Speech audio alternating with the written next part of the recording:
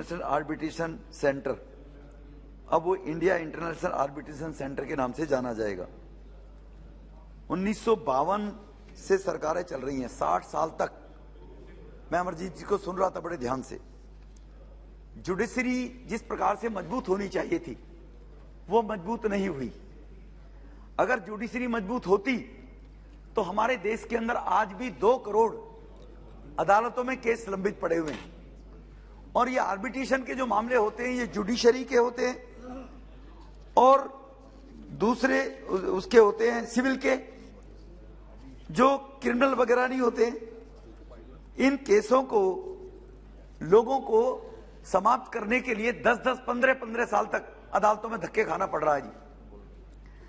Arbitration के माध्यम से ये केस सॉर्ट आउट हो जाए वो तो ठीक है, लेकिन आज ग्लोबलाइजेशन के तहत विश्व का केंद्र एक आज दुनिया बन रही है और इकोनॉमी के क्षेत्र में, अर्थ के क्षेत्र में, जैसे भी दोहराया भी था अमरजीत जी ने, हमारे बड़ी बड़ी कंपनियां हमारे भी कंट्री में और भी कंट्री, उनको सिंगापुर जाना पड़ता है। उसके पीछे कारण क्या रहा कि वो इंफ्रास्ट्रक्चर जो जुडिशरी को देना चाहिए था वो नहीं मिल पाया। वो जो जगह मिलनी चाहिए थी वो लंबे समय तक नहीं दे पाई। और इसका नाम न्यू दिल्ली इंटरनेशनल आर्बिट्रेशन के नाम से लोग समझते होंगे ये दिल्ली के या राज्य के ही आर्बिट्रेशन के मामलों को निपटाने के लिए सक्षम होगा। एक साइकोलॉजी भी इंटरनेशनल लेवल के लोगों पर इसका फर्क पड़ता होगा। सर हमारे देश में लेजिस्लेशन, जुडिशरी और एग्जीक्यूशन, ये 3 संस्थाओं के द्वारा लोकतंत्र की संचालना होती है। 1980 का अगर दशक याद करें तो वो काला अध्याय कहा जाएगा कि 1980 के दशक में जब अदालतों को अपने हाथ में काबू करने का प्रयास किया तब की प्रधानमंत्री जी ने, और जो मेरिट है, मेरिट से छोड़कर जूनियर अपने चहेते ऐसे लोगों को, अभी भी जो देश में शोर मचा था, रिवार्ड वापसी गैंग बहुत सक्रिय हुआ था, वो उन्हीं प्रकार की सरकारों के द्वारा ऑब्लाइज करे हुए लोगों को वो एहसान उतारने के लिए रिवार्ड वापस कर रहे थे। वो सब लोग, सारे के सारे लोग, ऐसे लोगों को जब ये उनकी जूनियर लोगों को सीनियर के ऊपर जज बनाने का मामला आया तो जुडिशरी को 1993 में आदेश करना पड़ा और उस आदेश के तहत ये जज भी अब हम ही अपॉइंट करेंगे और लोकतांत्रिक पद्धति को 1980 में धक्का लगा।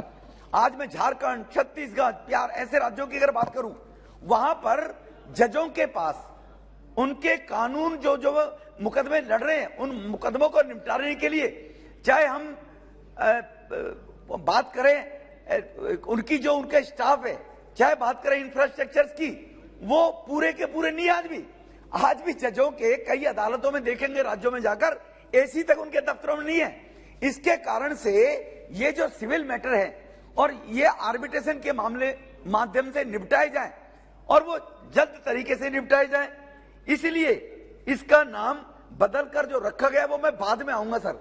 लेकिन आर्बिट्रेशन क्यों लाया गया, आर्बिट्रेटर की क्यों आवश्यकता पड़ी?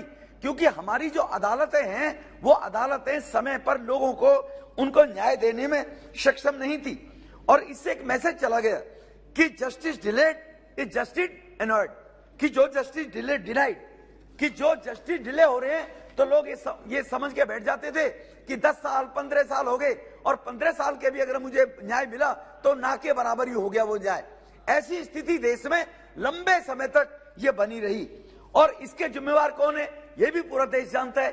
66 वर्ष तक राज करने वाले लोग इसके जिम्मेवार है। सर जुडिशरी को किसी भी प्रकार से वो जो इंफ्रास्ट्रक्चर देने की बात हुई तो आर्बिट्रेशन भी जब 1995-96 में बनाया गया, उससे पहले तो लगातार इतने लंबे समय तक 1940 का अंग्रेजों का बनाया आर्बिट्रेटर कानून चल रहा था देश के अंदर। नहीं सर, मुझे 5 मिनट बोलने दीजिए सर। 5 मिनट हो गया? नहीं सर, 5 मिनट में और मांग रहा हूँ आपसे सर। नहीं, तो मेरी और पार्टी के लोगों का टाइम मुझे दे दीजिए। ये पार्टी का तो इसीलिए जो मैं कह रहा था कि स्टेनोग्राफर, टाइपराइटर, इनकी व्यवस्था न होने के कारण से हम लोगों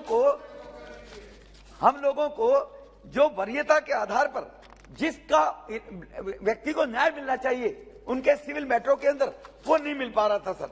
इसीलिए इसका नाम बदलकर अब मैं असली पॉइंट पर आता हूं कि इसको इंडिया इंटरनेशनल नाम रखने का इसका लॉजिक क्या रहा होगा।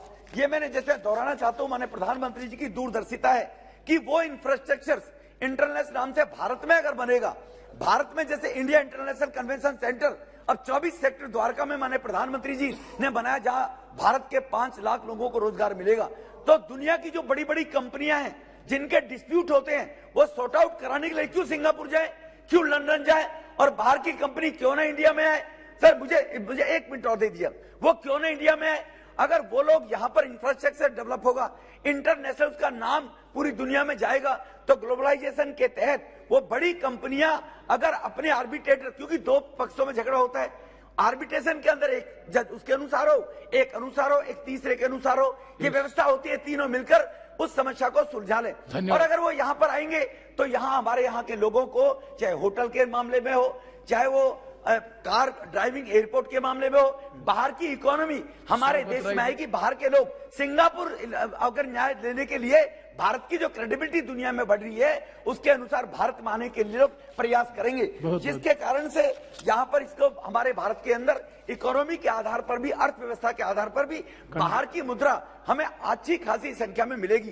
तो इसीलिए जो माननीय कानून मंत्री जी ने इस कानून को लाने की बात कही है, इसके लिए मैं एक सुझाव जरूर देना चाहूंगा कि आर्बिट्रेशन के अंदर भी जो मुकदमे चल रहे हैं, जो लंबित पड़े रहते हैं, वो टाइम बाउंड कम से कम होने चाहिए, कि जब जो मुकदमे अगर अदालतों के द्वारा आर्बिट्रेशन को ट्रांसफर कर दिए गए, आर्बिट्रेशन के अंदर लंबे समय तक तो लटकते रहते हैं आर्बिट्रेटरों के माध्यम से, तो कम से कम